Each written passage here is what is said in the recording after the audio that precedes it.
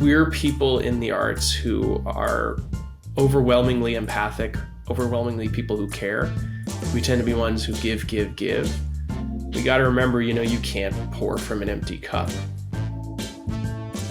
Let's talk about how to be strategic in your generosity.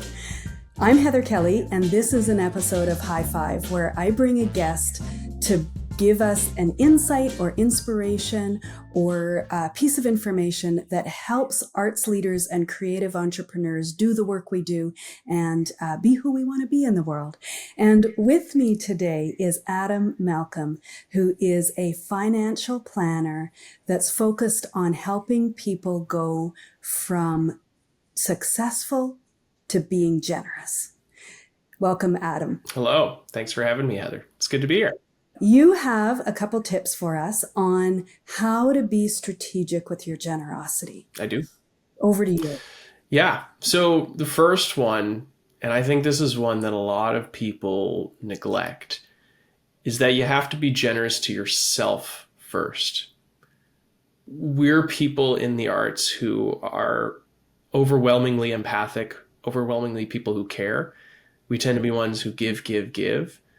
We got to remember, you can't pour from an empty cup. So it's as simple as that first tip is be generous to yourself. What would be the next thing that you would advise people in their strategic generosity? Well, I think the word strategic is right in it, is to actually be strategic in your planning.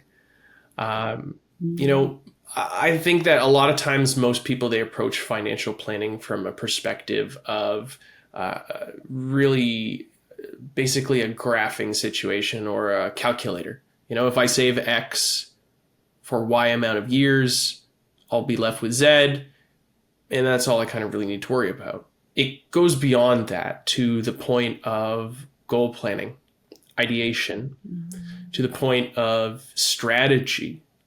So it is really that idea of being strategic and understanding that level of it. A lot of times creative entrepreneurs, as an example, our lives are not in linear lines, right? I was an artist. I'm still an entrepreneur and a business owner.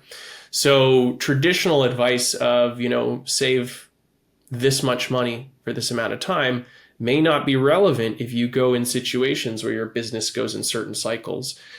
So a very easy strategy for that, as an example, would be something like a percentage-based savings plan. Mm-hmm. You save a percentage during times when lean, and then a larger percentage when times are fat, so to speak.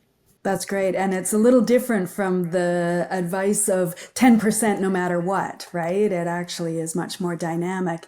And you also spoke about like creative entrepreneurs. Mm-hmm. It feels a bit like a business, right? It is a business. That's a very important thing to note is, you are a business and you should think like a business, right? One of the things that traditional business owners are advised on, and I encourage even creative business owners to think about, is what we call exit planning. So you're going to have an exit from your business at some point. You will either sell the business potentially if it is saleable. You need to start thinking like that in terms of, okay, well, what do I need to be doing now to affect that sale down the line? Especially because, on average, business owners have 75 to 80% of their entire net worth in that business. Think about all of the money and the time, everything that you put into it.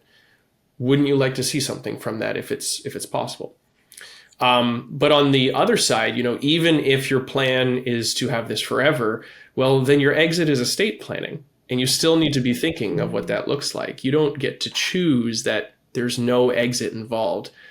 Life will sometimes make that choice for you, and it's important to plan around that. Yeah, that's a really good point, and planning ahead for that.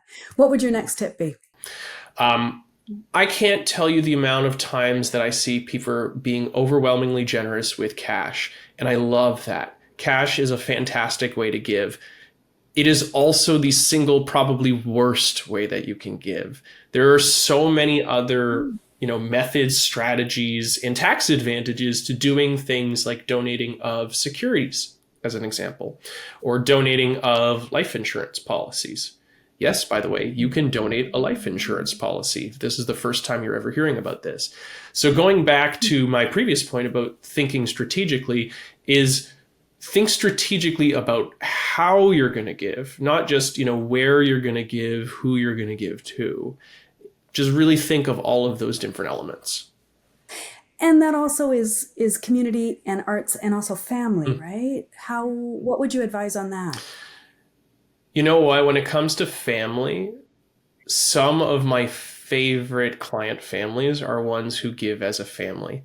And overwhelmingly, they use a vehicle, which is called a donor advised fund. Very simple way to think about a donor advised fund, sometimes called a DAF, is it's basically a very simplified version of a foundation. You know what? You think foundation, I get it.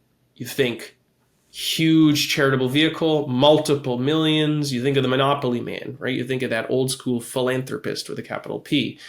But a donor advised fund is much more approachable and it doesn't require multiple millions to do. But when you're talking about a family, the benefit is you can have a structure where, say, grandma, grandpa, or mom and dad can fund the donor advised fund, but then the entire family can sit around the dinner table and decide, well, who do we want to support in the arts this year? The other great benefit of the donor advised fund is that it survives after you do. So you can basically bequest that. Maybe you're the donor advisor while you're alive, then your kids take over afterwards, and then they become the primary donor advisor, and then their kids do. So I love using that, and I have one myself as an example. And that's exactly how I think of it, is that in my situation, I don't have kids and I don't ever plan on having kids, but I have this vehicle set up that when I pass on, there are people, in this case, the Toronto Foundation, which is our community foundation in the city, who will further my legacy for arts and culture. That is so powerful. And what's really ringing is this strategic generosity, unlocking abundance in the arts, in community, and for self. Great note to end on. Thank you so much, Adam.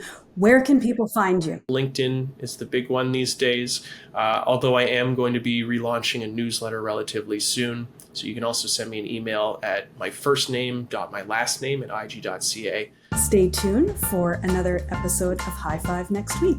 Thanks so much for being here. Thank you.